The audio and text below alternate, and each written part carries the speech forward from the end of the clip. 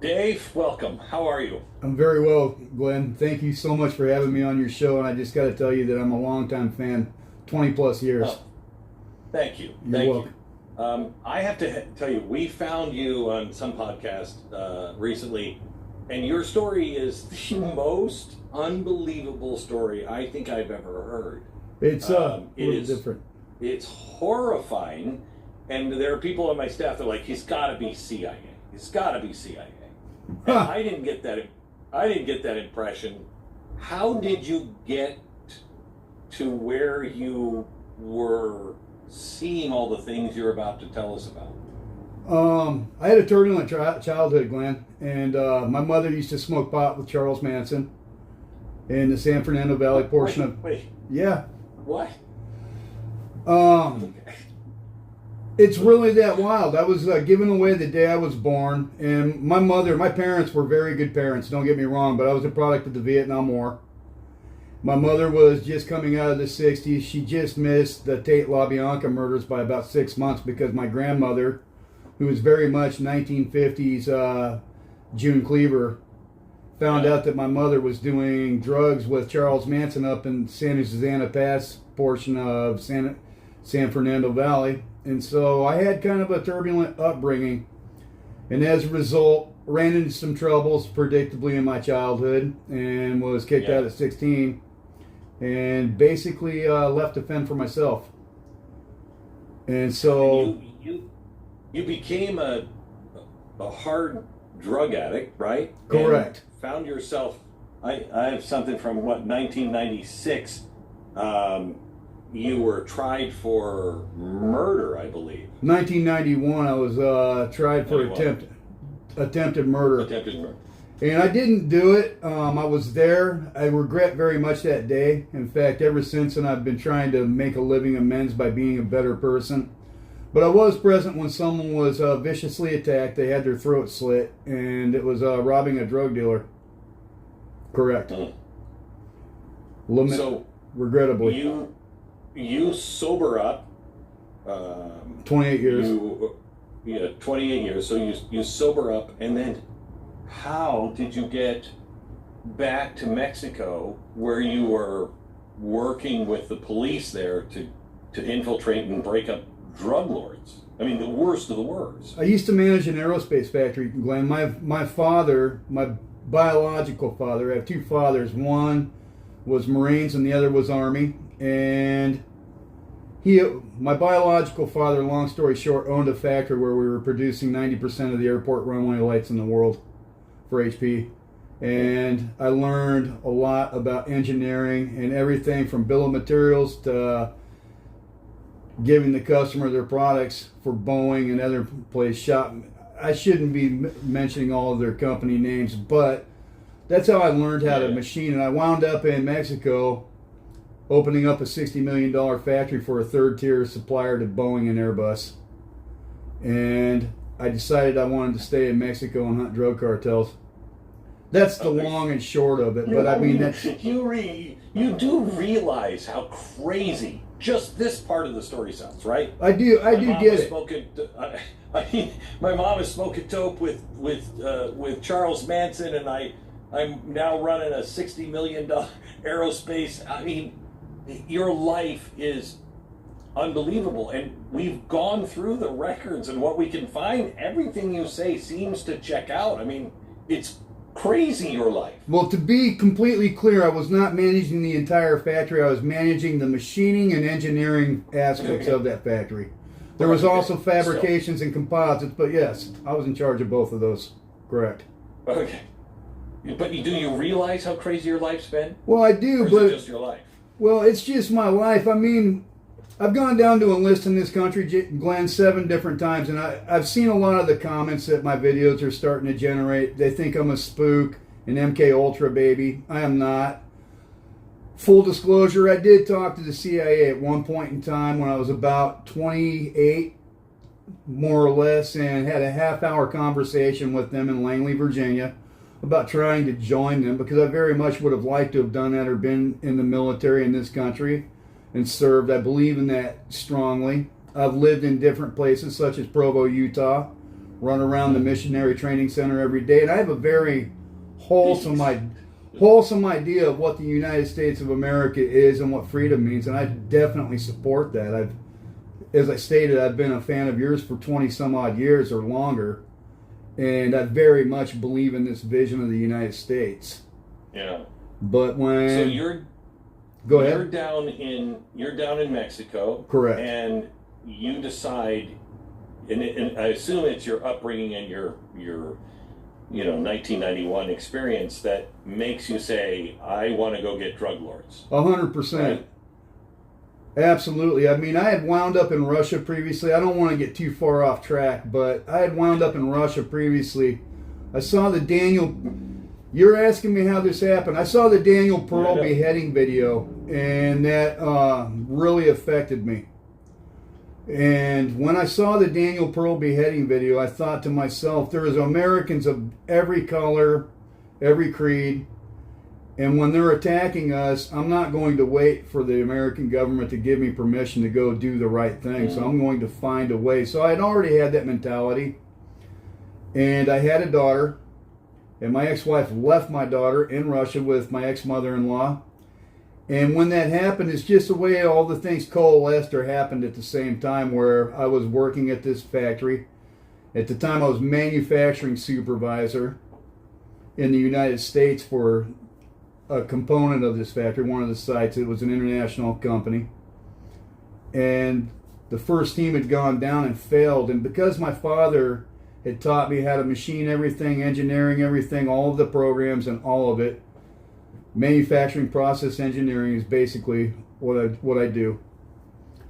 They'd asked me to go down to Mexico to start this factory up, and I had disagreed. I did not want to go because I had 180 to 200 people that were working for me in the United States, 3 shifts of about 65 people each. And I owed it to them to save their jobs. And when Barack was in office, or coming to be in office, they came up with a low-cost company plan to send all of the workers' jobs south of the border. And because I did not agree to go along with it, it kind of drove a wedge between myself. I was middle management at the time and executive management. My ex had left my daughter in Russia, and I had written the head of the Procuraduría General de la República, which is the Mexican Department of Justice, asking them for a job because I figured I'm going to go hunt drug cartels. And they'd emailed me back about 6 months later, telling me, Mr. Frank, lamento que decir que en este momento no puedes trabajar para nosotros, which means, regrettably, in this moment you cannot work for us. And I took that to be a huge positive, because they're not saying no, they're just saying not right now. Right, not right now. So when the first team went to Mexico to go set up that factory and they failed, when they came back to me 6 months later, all of this stuff had been going on, and I agreed to go down there and use that to bankroll or finance my trying to become involved in the Mexican drug war, because I was just going to go take care of it. And then you were trying to, and you did end up working for an elite police special force, kind of like our SWAT teams up here, I imagine. Definitely. GATPE. GATPE. Grupo Aeromóvil Táctica de la Policía Estatal. Correct. Okay. Yes, sir. And how did you get into that? Because somehow or another you met a general down there, right? I went around knocking on doors every day. As soon as we were living in Avenida Hidalgo at the Argento Inn in downtown Zacatecas, Mexico, which is one of the bloodiest places there are. And when I first got there, I didn't realize I was a complete tourist. I was completely naive to just how much goes on in Mexico, as we are, because we're not from there. And when I got there, they would pick us up at 7 o'clock in the morning, and at 5 o'clock at night when we'd get off, I was immediately out knocking on the Department of Justice door, Policía Federal's door, all these doors, and finally I got an audience with General Jesus Pinto Ortiz, General de Brigada. How did you know who to trust? Because some of the government is in with it. You don't. You don't know who to trust. I mean, you have to take into consideration my perspective at the time. My ex-wife had left my daughter in Russia and came back to the United States, stating that she wanted a prolonged honeymoon, but really, I don't want to get. Yeah. I have a lot of respect for my ex-wife and the hardships of her life, and I'm not going to critique anything that she's done. I don't agree with it, but that's my perspective at the time. Okay. I was in Mexico, and I'm going to stay in Mexico, so you don't know who to trust. And my daughter's a very big deal to me, so because my daughter was removed from my life, I was completely okay with confronting an enemy and possibly perishing doing that, because they'd given me drugs as a child, and I'm an adult man now, and I'm going to confront this evil, period. Did you have any idea at the time what you were getting into? No, not immediately. I mean, you have a general broad sense of an idea. The first time that it really hit home was managing this factory, the machining and engineering components of it. The machining industry did not exist in Zacatecas prior to our arrival. So we had to take chili farmers and train them how to make flight critical parts for Boeing and Airbus, which we did. But one day we're at the factory, and all of a sudden at 12 o'clock they tell us that we have to go back to town because the cartel is shutting everything down, literally. And this is the capital city of this state. Wow. And we get back to the hotel, and I'm looking outside at all of these businesses around shuttering their doors. And just the thought of someone shutting down Boston, or I want to say a similar sized city, it would be similar to the entire area of Provo and Orem being shut in Utah, being shut down at noon because the cartel was upset that they weren't getting their money or their remittances from the bars at night, so they shut everything down with the threat of violence. And closed off the highways with burning buses. In fact, it's going on right now. Still. And nothing happens. There are gunfights that go on. It depends. My experience there was one of two things. Well, one of three things. A, you don't even know about it, and it's just cartel against cartel, and they're killing each other out in the middle of the desert, and nobody knows. Or B, you are getting in a firefight with them, which has also happened on several occasions. Or C, there'll be two cartels fighting each other right downtown. I've got video of my wife and myself being right next to a gunfight for 2 hours and 45 minutes. Jeez. To the Club Cactus right on Avenida Hidalgo, right next to where we lived in our first apartment together. So, and nobody came in. It was terrifying, Glenn, because I thought for sure I didn't have any weapons with me in my apartment at the time. And my wife and I were there, and it started off with 6 or 7 gunshots from a 9mm, about 5 minutes lapse, and then the people had come back, and this was a bar that cartels frequented, and they came back 5 minutes later with AK-47s, and it didn't stop for 2 hours and 45 minutes, and it was almost 3 hours of the most terrifying time I've ever had in my entire life. So after a while, you get acclimated to what's going on, and nobody came. There was no one to rescue us. If they'd come up, we lived on the second floor apartment. I've got pictures there. If they'd come up, my uniforms were there. All my papers were. I've got my papers a few feet from me. And I had to think about how I was going to try to end my wife's existence so she wouldn't be tortured and raped and all of these other things, because they would definitely know that I was police. So this is kind of like what goes on in Mexico on a daily basis, and it's tragic because the Mexicans are very, very good, hardworking, honest, noble people by and large. That has very much been my experience there. And then there's this undercurrent, and it's everywhere. It's ubiquitous. You don't even know it when you get to the country, of an evil that exists, provoked largely by economic factors or drivers, where people don't have any other opportunity, and the level of wealth that we have here in the United States just isn't in existence in the Republic of Mexico. So people enter this lifestyle. And what is the average person want it to go away? They're just paralyzed with, I can't do anything about it, so I'm just going to live my life. They definitely want it to go away. Most of the Republic of Mexico are Catholic, honest, church-going people, or hardworking farmers, very much like the core type of people that make up the bulk of the United States as soon as you step outside of the cities. I mean, they're very wholesome, down-to-earth people.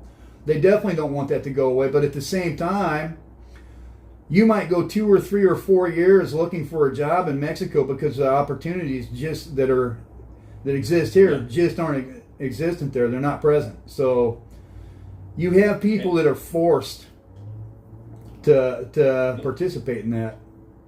And when you joined the police, how did he know you were on the right side? You didn't know who to trust. How did he know to trust you? I didn't find this out until years later, probably until about 3 years into it, but they had investigated me the entire time as soon as I knocked on their door. It wasn't something that happened immediately.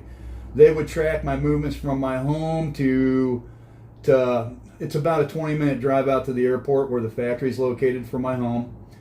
They would watch me. They did background checks on me here in the United States. Which I don't understand that either, because this is obviously much after that article in the LA Times came out that you had mentioned to begin with. But long story short, they let me in, and initially they let me in as an instructor for martial arts. I've got a background in Dog Brothers martial arts, wrestling, and judo. And a lot of people don't want to believe it. I wasn't having to fight like 3 top-tier people, but I'd mentioned it on the Camp Ganyan podcast. My interview was very much going down and beating up 3 recruits. People can take issue with that, but that's absolutely what happened. I have witnesses that were there. I don't need to corroborate it anymore, but that's how I got in there, and I was offered a job. My official rank is Suboficial Operativo, which is basically a sergeant, a tactical sergeant for tactical operations against the cartel. And I've got my Carta de Portación, which is my card or a copy of it. You have to turn it in when you leave. But it has the matricula or the serial numbers of the weapons that you carried, what you're allowed to carry, where you're allowed to carry it. I've got paycheck stubs that can be cross-referenced with so all of this.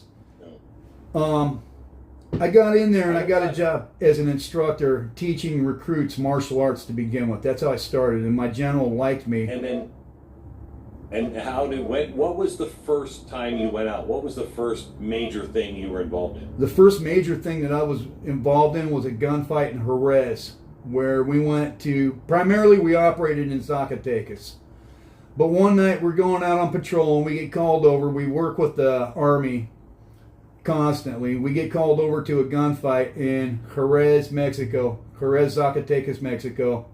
And we get there, and then I get yelled at by this Mexican colonel for advancing in the middle of the street, not using cover, because I was brand new. I didn't understand. You do your training and stuff like that. We have GOTPE training at base. But until you're immersed in it, you really don't know. It's kind of like learning. I got yelled at for advancing without cover or concealment, right in the middle of the street, like just someone that's completely naive, and I was. And we get there, and there's 4 beheaded people, and 3 of the bodies are males, and 1 of them's female, and that's when it really hit home, the brutality of just what the Mexican drug war is. We see it all the time on news in the United States, and that misses a lot of things. It misses the beautiful aspects of Mexico, because there's a lot, but it also misses the upfront, up close and personal level of brutality that is there. It's both. I had when I was at CNN, then later at Fox, I had people who lived on the American side of the border, and they were sending me images of heads on fence posts, all the way, heads used as bowling balls, just horrific things. CNN nor Fox would allow me to air them, and every time I would reach out to somebody who was going to be a source, the second time I reached out, they were nowhere to be found. I mean, they were like, I've done my part. There's no more I have to say. The amount of fear on the border is remarkable, and you never see anybody really talk about that on the news. My wife and I discussed it before I came onto your podcast or your show, and she was a reporter, a national level reporter for Televisa, and both her and I have worked in the security industry in Mexico, and it's not an overstatement to say that we've forgotten how many heads we've seen, which is atrocious, because if you even see one, it's already too much. And in the course of that, working in that, you'll see so many that you can't even count them all. And I mean, if I really sat down and tried hard, maybe I could, but it's in dozens of them that you'll see. And the reporters that report on this too, it's a terrifying experience for them, because they get threatened, or even, I don't want to say unalived, I don't like that word, but yeah, their existence will be, they'll be butchered or killed in their homes or whatever for even speaking out on it. I saw a comment the other day on one of the YouTube videos that asked, how is this guy still alive? And I have a strong faith in Jesus, but I also have a strong faith that no one's going to send me anywhere 1 minute before my Maker wants me there anyways. So it's not tempting fate, but it also is, you do your best to show up and do what you're going to do. But the drug war in Mexico is definitely brutal. Brutal in terms of combat fatalities between state or government forces and cartel forces. And then also intra-cartel violence. So it's just, it's omnipresent. It's everywhere. Is this a state run by the drug lords, and the drug lords allow some of the politicians to run things, or is it run by the politicians and they allowed some of the drug lords to get away with what they get? Who's the kingpin in Mexico? I think the latter is true. I really do. And the reason why, I mean, they're both powerful groups or organizations, and by organizations I'm talking about the cartels collectively as a whole. They're both powerful entities because they have a lot of money and firepower behind them. The government has more firepower, obviously. They've got the SEMAR and the SEDENA and every state and federal police force, which is basically trustworthy because they don't work and operate exactly where they live. So there are layers that separate them from the community and the local cartels. But to say that the cartels don't have control or an influence in who is being allowed to govern would also be, they'll unalive politicians all the time. In fact, I don't think there's another country in the entire world that has more political candidates assassinated than Mexico. And that also goes for journalists too. I don't think there's another country in the world that has more journalists that are executed. So to say that the cartel does not have a voice is lacking, in my opinion. So when you get into it, I mean, most people will think of the drug cartels in a way that they've seen portrayed in movies, et cetera, or even, I guess the old timers will think about the mafia, but this is not the mafia. No. This is not the drug cartels that you can even imagine. What is the percentage of them that are part of this this religious cult of the patron saint of death?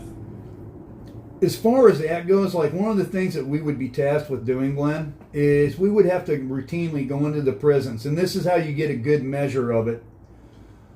We would routinely go into the prisons to remove cell phones, firearms, knives, all of this from the prison. So we'd go through and we would inspect the prisons.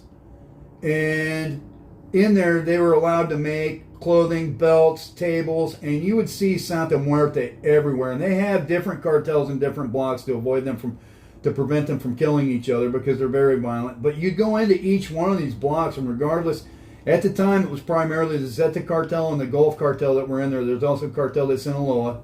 But we'd go in there and we'd inspect all of their blocks for contraband and come out with Santa Muerte carvings on clothing, drawings on shirts, on paper, etched into wood tables, just everywhere. So to say that that's not something that's completely prevalent against them is just completely untrue. They believe in it the same way that most people believe in a god of their choice. It's definitely... So explain, for people who don't know what Santa Muerta is, explain what is it? To the best of my understanding, because I'm not a practitioner, and I want to make that clear, but I do know what I see at work. And so you'll see altars on the side of the road. It's basically a skeleton that's dressed in a robe that's kind of mocking, like, I don't know if it's directly mocking the Virgin Mary, but it is their rendition of the patron saint of death.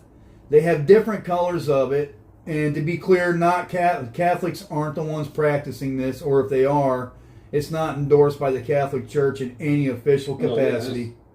No, this is a perversion of that, and it's correct. It's the opposite of God. This is evil. It's 100% evil. This is it's a saint that gives them permission to do whatever they want, torture whoever they want, kill whoever they want. And you know, to be honest, even talking about this, someday there could be real consequences for myself and my wife. But I'm going to say what I have to say, being a free person.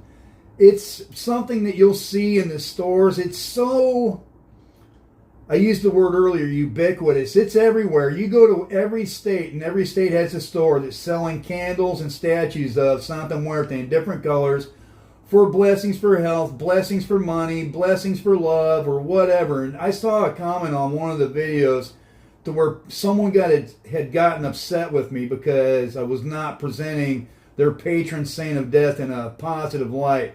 There's nothing positive about worshiping death as a way to where you see it carried out in the streets of Mexico, in every state, every single day, to where it's brutal.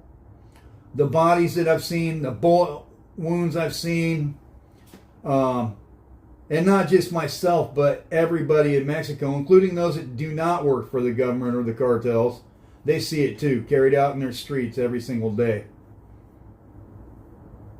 This is, talk a little bit about the rituals that, because when you have witnessed or somehow or another seen them killing people and then bringing them back to life to kill them again.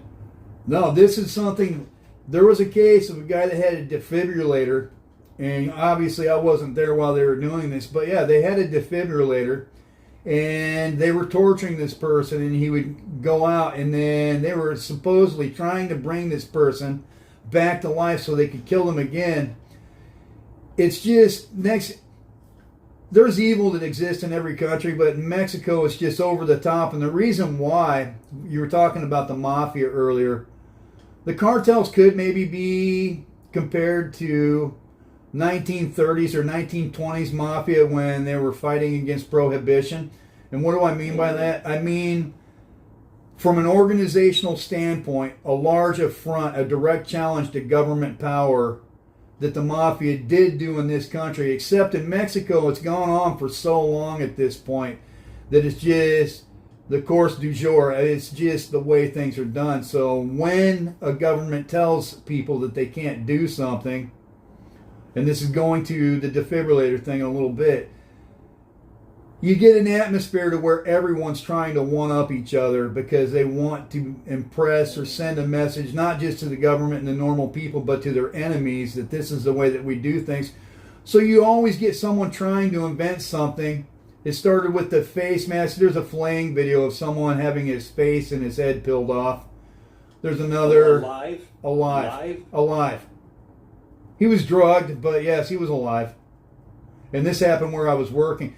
This is just, how can I put it? Because I struggle to try to bring this to Americans in a way that they can comprehend. And I don't want this to be like morbid tourism. I want everyone to be able to live in peace. But the Dave that went to Mexico, naive, managing an aerospace factory, I was making a lot of money, going to make $600 a year. And the Dave that left Mexico, or $600 a month rather, and the Dave that left Mexico aren't the same person. And the only reason that is because it's been stewed in this for so long. Even after I left service and was going to law school and everything, trying to button that up, It's just something that stays with you. It's kind of like a stain on a Tupperware dish. It's not anything that's ever going to really come off.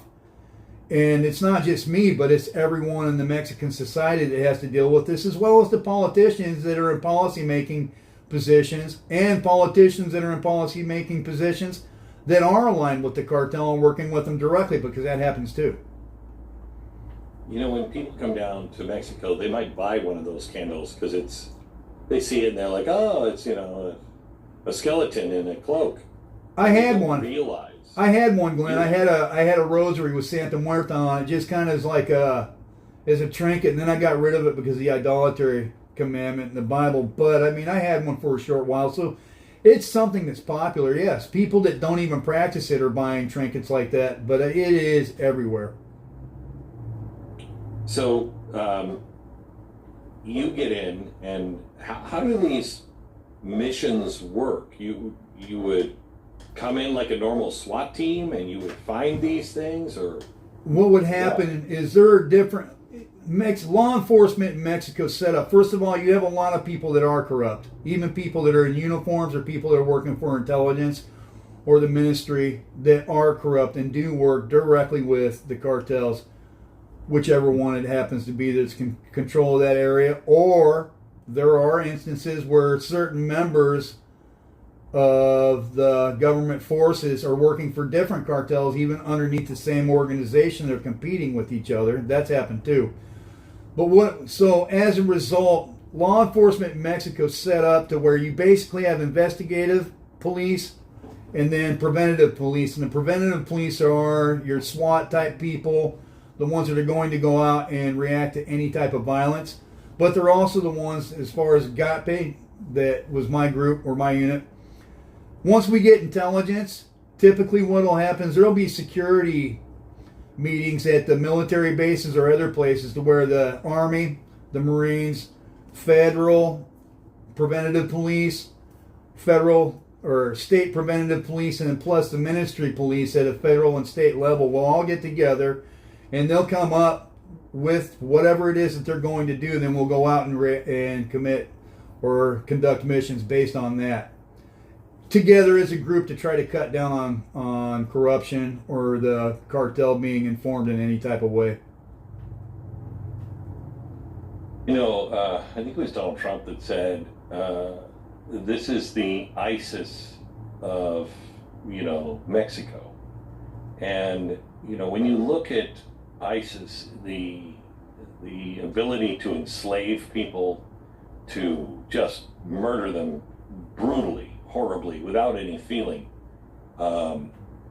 it seems like this is pretty accurate to say that these cartels are the ISIS of Mexico. I would say that that's true. I do have one thing that I wanted to bring up, and I don't know, maybe you could, I don't know what your thoughts are on it, but when I was working, it was very much the Zetas, or disciplined military personnel.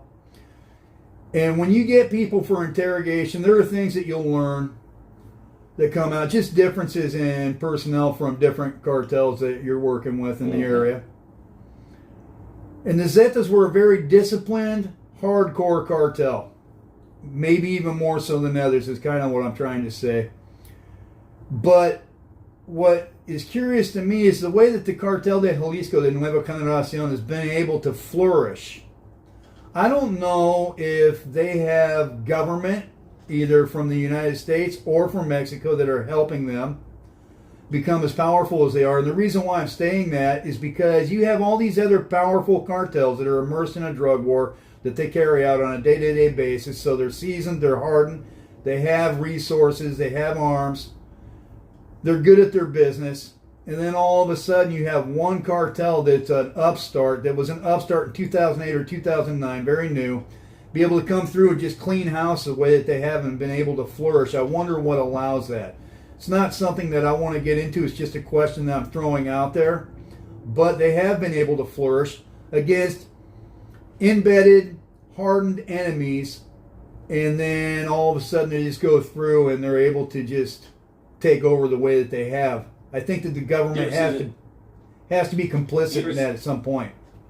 Have you ever seen the TV show Ozark? I have. So in one of the seasons, the drug cartels are allowed to exist because the federal government wants information. I agree with that to a large portion. I'd gotten an email from one of your personnel, and they were asking me about that exact question. I had a good amount of time to think about it. And one of it is, first of all, we have to get rid of the notion that the cartel is not operating in the United States. It absolutely is. The Chinese, from an ocean away, on the other side of the Pacific, are conducting illegal grows, or even legal grows in the state of Maine. Legal grows, rather. All the way on the other side of the United States from China. They're conducting marijuana grows in Maine. So if you have people from China that are on the east coast of the United States conducting grows, it's a no-brainer that the Mexican cartels are absolutely operating within the United States when they're our nearest neighbors. It goes without saying. And the government does allow it. Why they allow it, I don't know, but we do know that they have tunnels that are coming into the United States. They've been smuggling in precursor drugs and personnel or human trafficking for years. And initially, I didn't like the human trafficking aspect of it. I wasn't a believer, but I am now. Having met enough immigrant people from here, I have immigrants in this country that I know that have been sequestered by the cartel in Mexico and forced to work for them, and they are absolutely operating on both sides of the border, internally and externally of this country, without a doubt. I personally think our government has been making these drug cartels very, very wealthy. Let me ask you this: the Home Security Task Force says that they have removed 3,000 foreign terrorists and cartel members, recovered 2 million fentanyl pills, 70 tons of deadly narcotics, seized $3 million on currency, and 1,000 illegal guns from America. Does that sound like a dent? No. I don't even think it's a scratching the surface, to be honest. And I say that in basis of, I see what we confront in Mexico, and I also hear what happens in other states. And the area of Mexico that I worked in is very hotly contested, so there are a lot of cartels fighting for it. And the way borders work in Mexico, states interlap finger-like because they follow geographic rivers or mountain ranges or whatever. So you'll drive through several states, and as a result, you are constantly interacting with other state and federal police agencies that are based in different states. And every state has the same thing. So do I think that 1,000 weapons puts a dent in it? Definitely not, Glenn. Not even close. I do caution from my law school thing, labeling people as a terrorist without charging them or detaining them indefinitely in court. I'm not with that. I think that they do need to be charged and have their day in court. However, would I label it as terrorism? Definitely, if you have the charges that apply to it, it is terrorism. You're subjecting an entire population under the implicit threat of violence at any moment, even when they're in their homes minding their own business. I mean, that's just not okay. It's not a dent. I heard you talk about these guys. They seem to come after just anybody. I mean, you told the story of a guy who they just were taking the money out of his bank account for several days while they were torturing him. They go after everybody in the community, Glenn. One of the things that I did in Mexico is I rented a warehouse because I was trying to build a helicopter out of carbon fiber. And I was building an autoclave, which is a vacuum chamber oven, so you can bake impregnated resin or fibers. And one of the things, when you're opening a business in Mexico, one of the primary reasons for a lack of opportunity there is because even the normal citizenry, if they try to get ahead and open a business, they're going to have the cartel in their shops shaking them down for money or extorting them. And so every single person, if it's found out that you have money, if they have a home that the cartel wants, the cartel will send people over them to go get their home. Everybody is a target. So when I talked to the president 4 or 5 months ago, I watched it. and okay, You remember his answer? He was very coy, and I said, I'm kind of hoping that maybe some of these cartel guys just wake up dead, and the United States just sends in our elite teams and just starts killing them all. And he said, well, I wouldn't want to I'm not going to make that kind of news tonight. He didn't deny it, didn't say it was true that we would do that. Is that the right way to go? What's the right way to go to get these guys? I don't think that that's a way that's going to work. And first of all, my I'll tell you, my utmost respect to all the service members. Because until you conquer the socioeconomic problems of a lack of opportunity, you're going to have a never-ending flood of people that need to eat, that don't have access to a job and do not have access to the American job market because they can't come here. And if that's the case, given the demand for drugs in this country and others, there's going to be a market that's going to generate legal income that will continue to finance weapons, situated in a society to where confronting government, whether it's internal or external, is just the way that things are done, the way business is conducted. So you can send people in and try to cut off the head, try to cut off all the other people. However, this is just going to continue to fill their ranks and continue to conduct. We've already done it. We've done it with Chapo. We've done it with so many different cartel heads, Zeta Cuarento. I can go down an entire list, and these organizations have continued to flourish for decades now, Glenn. So I don't think, and they've been being killed this whole time. Not going to work. And it's also not taking into consideration. I mean, one of the reason why ISIS is hard to deal with, why Islamists are hard to deal with, is they believe it. It's a religion, and this. How much does this evil religion?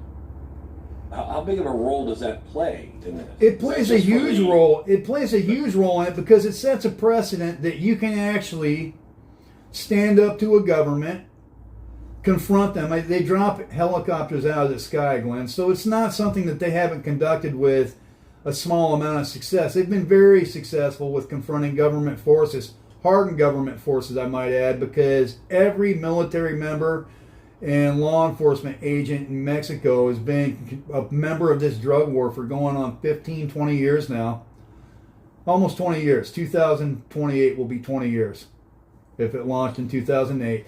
So they're very battle hardened, and you have cartels that are avidly, blatantly challenging government forces, be they American or Mexican, because you have American intelligence operatives that are working in Mexico in advisory functions or roles in Mexico. So they are working against both governments, and they have people that are working over here too. So killing them, I don't think that's going to work. They've tried it for 20 years, and here we are. So they have bounties on the heads of people here in America. I read that. Politicians here in America. Yeah. How real is that? I do think that there is some. I think that there is some credence to that. I think that is something that is on the table. I don't know how many cartels in Mexico, because when you say a cartel is putting a bounty on someone that works for DHS or ICE or judges, the level of heat that is going to bring is substantial. Right. And so oftentimes, because people ask me, why am I still alive? I think that killing me would have generated more heat than it would have been worth just because I'm an American citizen. And when you're talking about... So they still have some boundary on that. I mean, I know they kidnap Americans at the border all the time, but... At the end of the day, it is business. When you're killing a judge or killing someone that works for the federal government, yeah, you are definitely inviting the full weight of American military might to come down upon your neck.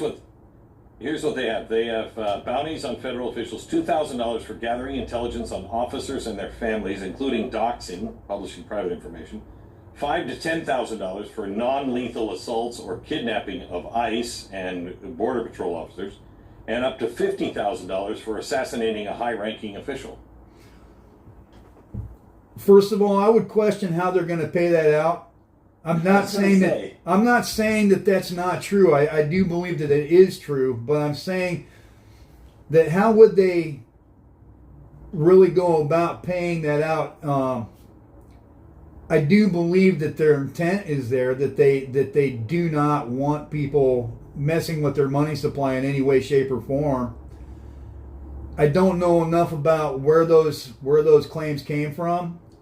However, from what I've seen in the cartel with my time at work in Mexico, it's absolutely within the realm of possibility or plausibility of what they would do if something's affecting their money supply. Absolutely.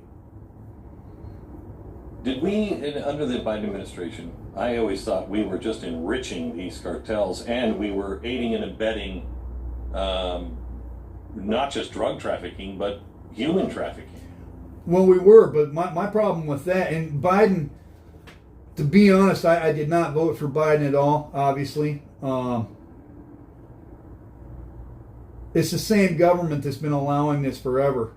And so my caveat would be, even though there are a lot of things about the Trump administration that I do support, the same government has been allowing this to go on forever. And I would like to see not a regime change, an administration change. I would like to see a policy change to where we're not allowing this to be detrimental in both countries. Because at the end of the day, Mexicans and Americans have lived on this continent for centuries now. And we have to find a way to where something works for both countries. Either whether it's guest worker programs, more opportunity to where people are not involving themselves in cartels. I'm not an economic major in school. I still go to school. Yeah. But there has to be a smarter way to confront this problem than with bullets. And with the cartels claiming bounties on American officials, I do agree that probably is in place. But I mean, if we've gotten to the level to where cartels are actively threatening sitting people in administration and the DHS, I mean, that's problematic all by itself. It's something else needs to be done. I'm not. Do you think the government going after the drug boats? I mean, I think there's a lot to that story, but is that sending a message to anybody in Mexico at all? Not really. I don't think it is. I just, the drug boats, are there drug boats that they're taking out? Probably. Are there innocent civilians being killed in that too? I probably think that's also the case, because otherwise they would not have released the people that they had captured to Ecuador. They wouldn't have released people that were trafficking drugs. And so to protect everyone in society, I think that due process is important, that charges should be levied, and that innocent civilians shouldn't be being killed. Because if they weren't drug trafficking, why did they release those people to Ecuador? The other people that they've gotten, I think probably were trafficking drugs, but they still warrant their day in court. And I think that we need to be clear about that, what type of people we want to be. I do believe in justice. Is it sending a message to the cartel? The cartel is going to do what they want to do, regardless of whether they have people that are killed every day, Glenn, and they still conduct business. So no, it's not a deterrent. So I listened to the first broadcast or the podcast that you were on, and it was really dark, and I had a really hard time getting through it because it was so very dark. But I thought, I have heard of these things, but I don't think I have ever seen a first-hand witness that has come forward. Are you the first-hand witness to some of this evil stuff that No. you've seen, that you know of? There are two other individuals, and I had a call with one of them the other day. I'll mention them by name because you asked. One is Ed Calderon. I've been a detractor of his for quite a while because he hasn't come out. I sent you all my paycheck stubs, all my stuff to substantiate who I am. He gave me his CUIP, which is his Clave Único Identificador Policiaca, which is his police identification number. I have not taken the time to verify that. And there's another person by the name of Gafe 423 who was, our instructors were special forces from the military. They're from the Army.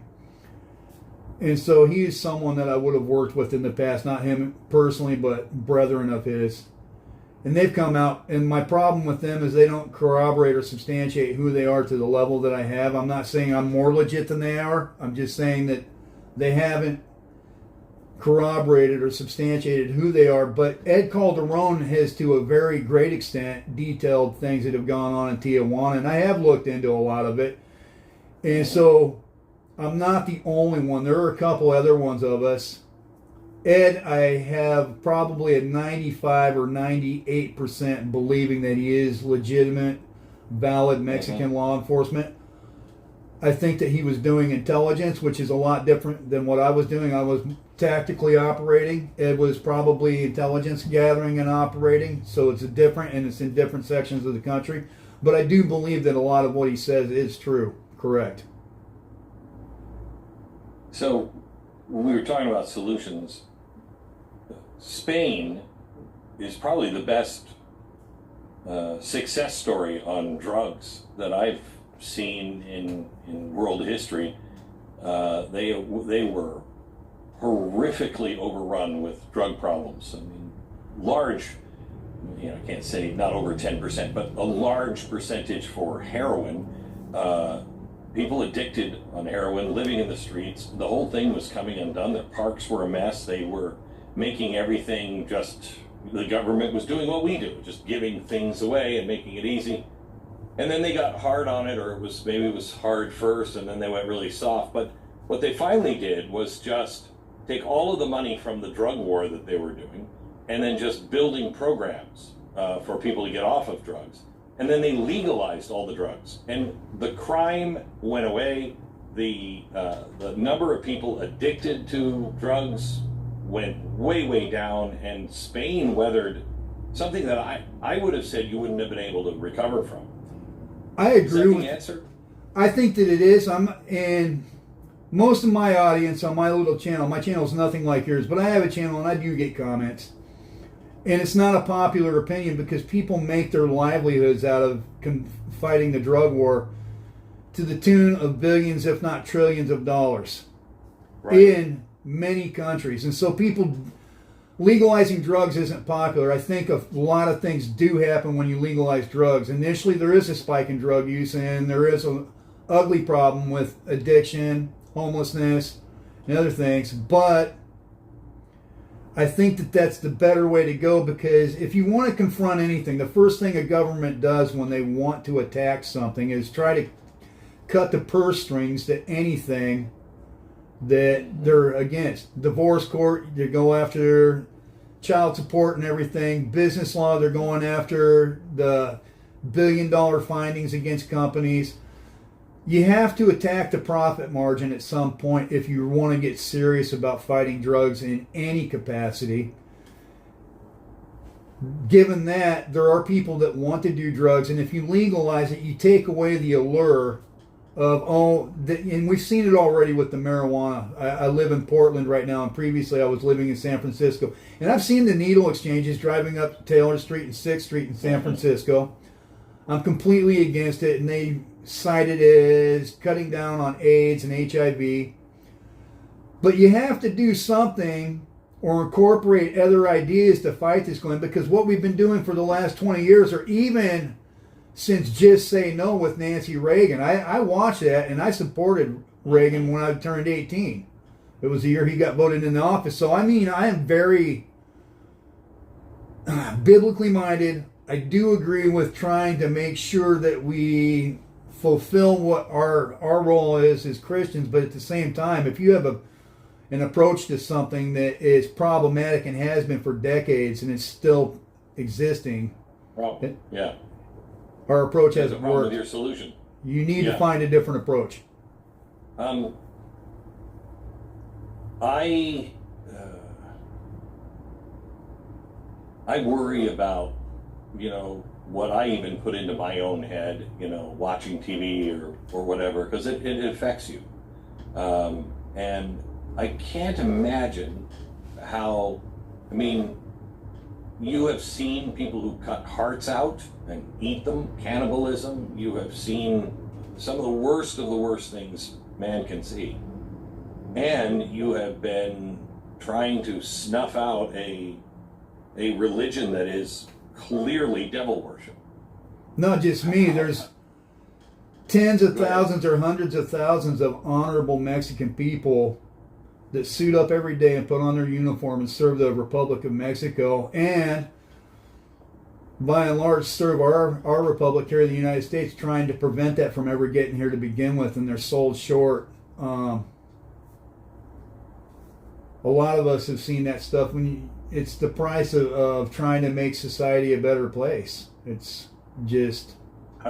How have you dealt with that? How I mean, spiritually, that must have scarred you. When I was still working, I had a couple different nights where I had woken up trying to break my wife's neck. In sleep, I was fighting somebody from the cartel in my sleep. Another time, talking during my sleep, and I would have speaking in my sleep, and my wife would overhear me about stuff that was going on at work. I don't deal with that anymore. Some people say I have PTSD. I don't think I do at all. Not in the slightest. It's not something that's ever going to go away. There are things that I remember, but also at the same time, I balance that with all the beautiful things that I've seen, or trying to help people stay busy. I'm pursuing a degree in law right now because I would like to help people in this country that don't have access to it. And I feel like a loser kind of because I have all these lofty goals and visions, but I'm not there yet, and you have to just stay on top of it. I look at you and I just think that you're like the pinnacle of success because the audience and the people that you're allowed to reach is amazing. I think it's awesome. And I want to be able to help people on a personal level. So you asked how I deal with all of that by trying to be productive and positive on this earth, because that's one of the reasons my God put me here. I have to tell you, just surviving your life, you're the biggest success story I know. I mean, you have started out, there's disadvantaged, and then there's you.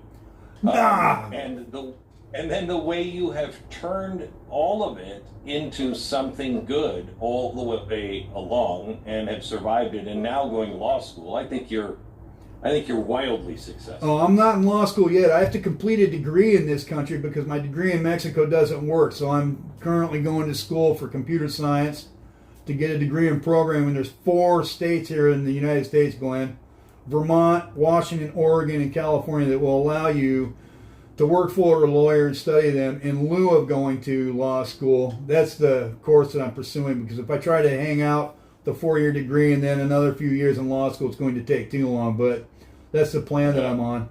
But I'm not... I have a blessed life, Glenn. There's so many people that have rougher lives that didn't have parents that cared for them. My parents did finally get me back and cared for me. I appreciate the compliment, but I mean, there's a lot of people out there that suffer much more than I have. I want to make that clear. Yeah. I really appreciate our conversation. We'll be watching you and tracking you and praying for you as well. Best of luck. Thank you so much for sharing, and thanks for all you've done. Glenn, thank you for having me on your show. I appreciate it, and I hope that it's been interesting, and anytime you want to reach out, feel free. You got it. God bless. You too, sir. Thank you. All right. All right. Dave, you're fabulous. I hope that was all right with you. That was fascinating. I hope it was okay with you. There's a lot of things, Glenn, I don't know if we're still recording, but if we are, it's okay. There's a lot of things that go on in Mexico to where I struggle with what I can and cannot talk about, both out of loyalty for my general, loyalty for my own brothers. Not everything is done perfectly in Mexico. I'll say that right now. But I question if our approach, and you're much smarter than I am, sir. You've gone a lot farther than I have in life. I question if bullets are the way to shoot our way out of this. And I also question where we're going legally. Before I got into law school, I was very gung-ho, a hard charger. I was a group member of a tactical SWAT. So that's definitely our mentality. And when we got to school, our lawyers, or our professors, were lawyers for the government. And they told us explicitly that you're going to have to lose the mentality that you had in the back of the truck. And what they meant by that is people deserve the presumption of innocence, they deserve to have charges, and they deserve their day in court.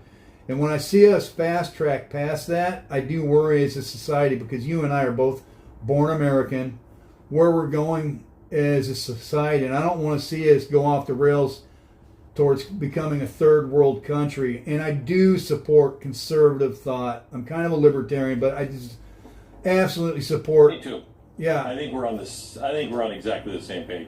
So Exactly. I worry about that. And you have the audience to do something about it, and Yeah. I don't want to see where Americans are sequestered in secret cars and tortured without their day in court. So I worry about that, sir. Me too. Me too. Thank you so much. God Yeah, bless. We'll thank talk you. again. Yes, sir. Thank Have you. a wonderful You day. bet. You bet. Okay. Bye bye.